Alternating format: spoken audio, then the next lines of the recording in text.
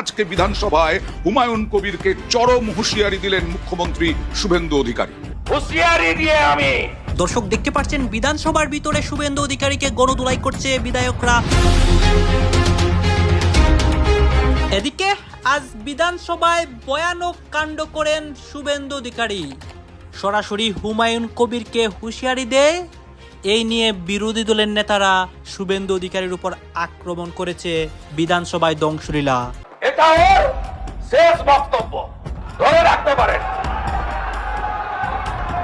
এই সরকার আইনের শাসন প্রতিষ্ঠা করবে, গুন্ডাদের শাসন সমাপ্ত করবে, নিশ্চিন্ত থাকুন। 6 মাসের মধ্যে কি মুখ্যমন্ত্রিত্ব থেকে সরিয়ে দেওয়া হবে শুভেন্দু অধিকারীকে, এবং যদি তা ঘটে তার পিছনে কাজ করবে আরএসএস। ঠিক এইরকম বক্তব্য যখন সামনে এসছে তখন কি শুভেন্দু অধিকারী হাতের ওপর হাত থেকে বসে আছে, নাকি শুভেন্দু অধিকারীর কাছে আছে কোনো নির্দিষ্ট প্ল্যান?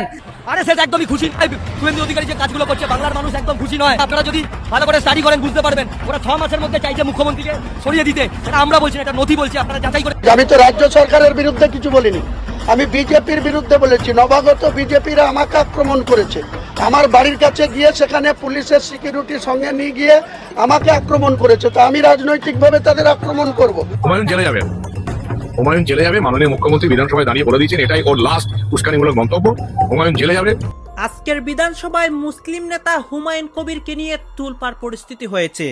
শুভেন্দু অধিকারী সরাসরি হুমায়ুন কবিরকে হুঁশিয়ারি দেয় এবং তাকে গণধোলাই করার ঘোষণা দেয়, এবং বিধানসভার মধ্যেই শুভেন্দু অধিকারীর খারাপ অবস্থা হয় মুসলিম নেতা এবং তৃণমূল নেতাদের আক্রমণে।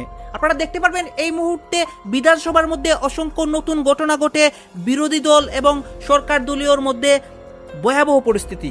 সবকিছু দেখাবো এবং বিধানসভার লাইভ অবস্থা এবং এই বিষয়কে কেন্দ্র করে গোপনে যে অনেকে পরিকল্পনা করেছে সেই গোপন পরিকল্পনাগুলোও উন্মোচন করব।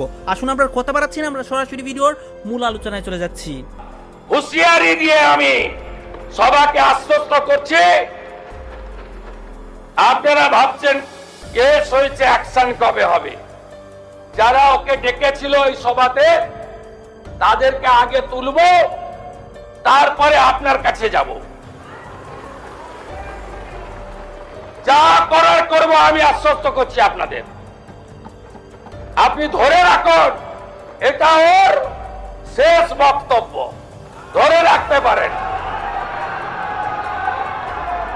এ সরকার আইনের শাসন প্রতিষ্ঠা করবে, গুন্ডাদের শাসন সমাপ্ত করবে, নিশ্চিন্ত থাকুন।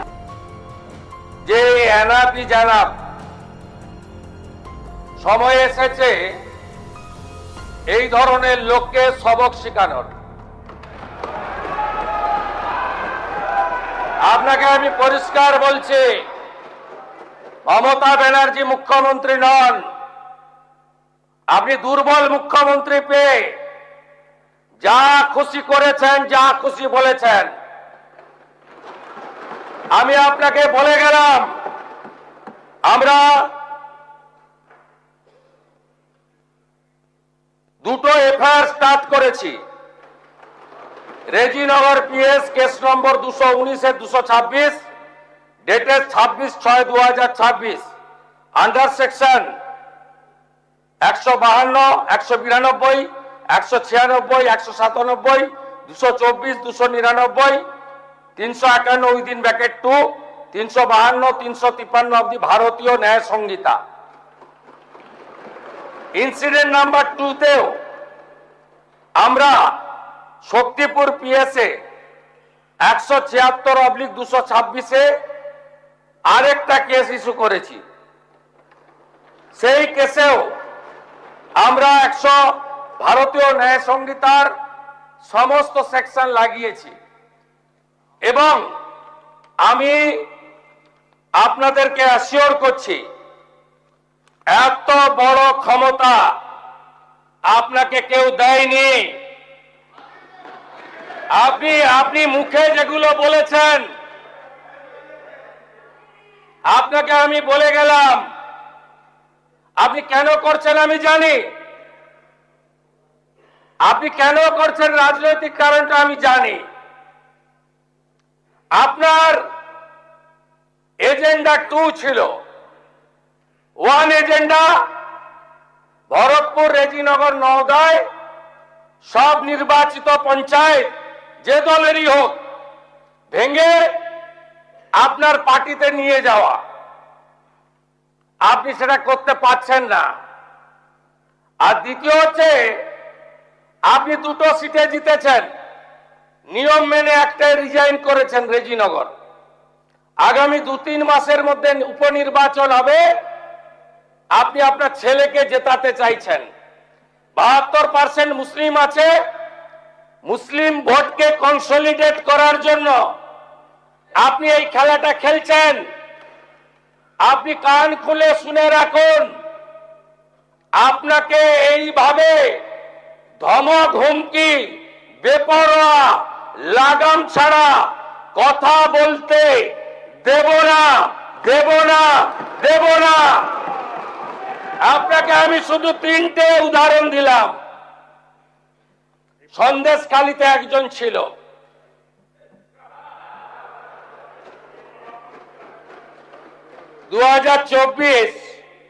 পয়লা জানুয়ারি বলেছিল তৎকালীন বিরোধী দলনেতা এলে তার হাত কেটে পায়ে, পা কেটে হাতে লাগাবে আর চামড়া ছাড়িয়ে মেদিনীপুরে পাঠিয়ে দেবে। ওর অবস্থা কি হয়েছে সবাই দেখেছে। একই টোন ছিল। আরেকটা জীবনতলার গুন্ডা ক্যানিং ভাঙড়, ওর অবস্থাও কি হয়েছে দেখতে পাচ্ছে সবাই। আরেকটা পুষ্পা ঝুঁকে গায়ে নেই, এমন ঝোঁকা ঝুঁকেছে খালি পায়ে, ছোট প্যান্ট পরে, কান ধরে উঠবস করতে করতে যাচ্ছে। আপনাকে আমি বলে গেলাম, পুলিশ তার ব্যবস্থা নেবে। আর আমি 1 সপ্তাহ পরে মুর্শিদাবাদে যাচ্ছি। আমি প্রমাণ করে দেব ভারতবর্ষের সংবিধান, আইন শেষ কথা বলে, কোন বাতেল আবাদ শেষ কথা বলে না। আপনাকে সংযত হওয়ার, সতর্ক হওয়ার, এই ধরনের কথা প্রত্যাহার করার এবং হুঁশিয়ারি দিয়ে আমি সবাইকে আশ্বস্ত করছি। আপনারা ভাবছেন কেস হয়েছে, অ্যাকশন কবে হবে? যারা ওকে ডেকেছিল এই সভাতে তাদেরকে আগে তুলবো, তারপরে আপনার কাছে যাব। যা করার করব, আমি আশ্বস্ত করছি আপনাদের। আপনি ধরে রাখুন, এটা ওর শেষ বক্তব্য।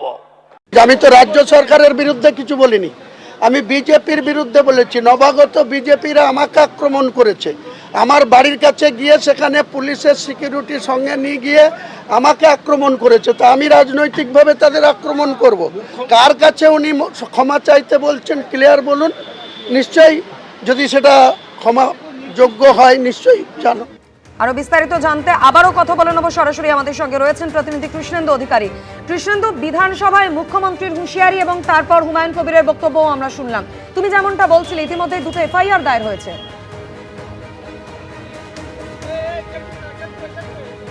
একদমই তাই। দুটো এফআইআর ইতিমধ্যে হুমায়ুন কবিরের বিরুদ্ধে দায়ের করেছে জেলা পুলিশ। মুখ্যমন্ত্রী আজকে বিধানসভার অধিবেশন কক্ষেই জানিয়েছেন যে এনাফ ইজ এনাফ এবং এই সবক শেখানোর, অর্থাৎ হুমায়ুন কবিরকে সবক শেখানোর সময় হয়েছে। তুমি জানো যে যখন পশ্চিমবঙ্গের 2026 সালে বিধানসভা নির্বাচনের আগে এই হুমায়ুন কবিরের বিরুদ্ধে তৃণমূলের তরফে অভিযোগ ছিল যে বিজেপির সঙ্গে তিনি সখ্য রেখে চলছেন। তাৎপর্যপূর্ণভাবে সেই ভোটে রেজাল্ট বেরোনোর পর সেই হুমায়ুন কবির এবং রাজ্যের শাসক দল বিজেপির বিরুদ্ধে একদম দ্বৈরথ প্রকাশ্যে চলে এলো। রাজ্যের স্বয়ং মুখ্যমন্ত্রী হুমায়ুন কবিরকে কার্যত এক হাত দিলেন। আমরা নৌশাদ সিদ্দিকে দেখছি আসছেন। নৌশাদ দা, হুমায়ুন কবিরের বক্তব্য নিয়ে কি বলবেন? আজকে হুমায়ুন কবিরের বক্তব্য আজকে কি দিয়েছে আমি বলতে পারবো না, কি বোঝেন। দেখুন, একজন মুখ্যমন্ত্রী হিসাবে তিনি যে ভাষায় কথা বলেছেন যে জিরো টলারেন্স বা এই ধরনের আপত্তিকর অফেন্সিভ বক্তব্যকে তিনি সমর্থন করেন না।